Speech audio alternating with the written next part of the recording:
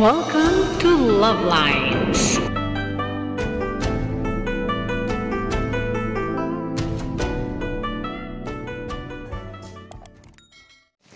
Magandang umaga. Good morning Philippines. Hello world. Araw ng linggo kaya tara simba tayo. Maulan ang araw ng linggo. Nakikita ba yung ulan? Umuulan. Malakas na ambon. Ayan. Kita yung droplets sa mga kotse. All black from head to toe. Ayan o. Mabuti na meron akong black na, anong tawag dito? Rubber, plastic rubber, whatever. Ayan sila Lines Junior kasi ko.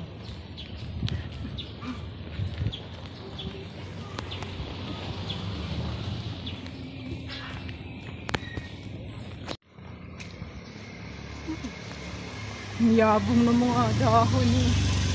Makita kayo.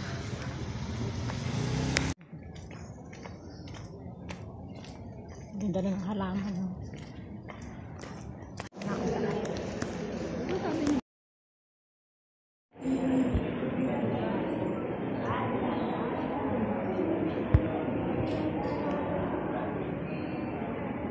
Ikain mo? Nakalimutan ko.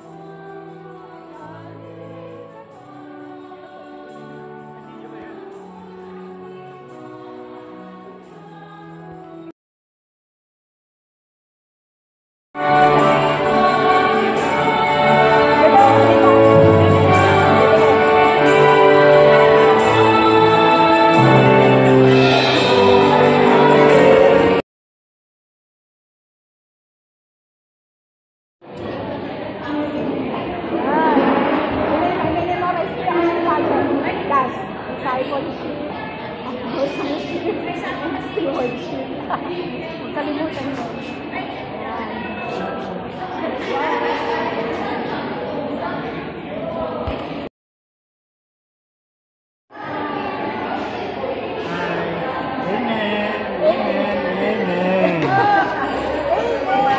Thank you, Father. And happy Sunday, everyone. Have a good day and God bless. Ang ganda na yung ceremony, Father, kaya lang hindi ko na-videohan. Bagong pare. Lumipat nga sila, bagong assign. Nagsipag-reshuffle na sila kasi so yun na sa akin sila Lines Junior. So yun nasabi ko kanina, yung pinakabuod ni Father. Tungkol din sa gospel. Yun, tayo na mga nakikinig sa misa. Magandang misa tayo mga disipulo. Nakikinig kay Kristo, kaya tayo ay mga disipulo. And then nagiging apostol tayo pag tumalima na tayo. Parang ganun, no? Hindi, yeah.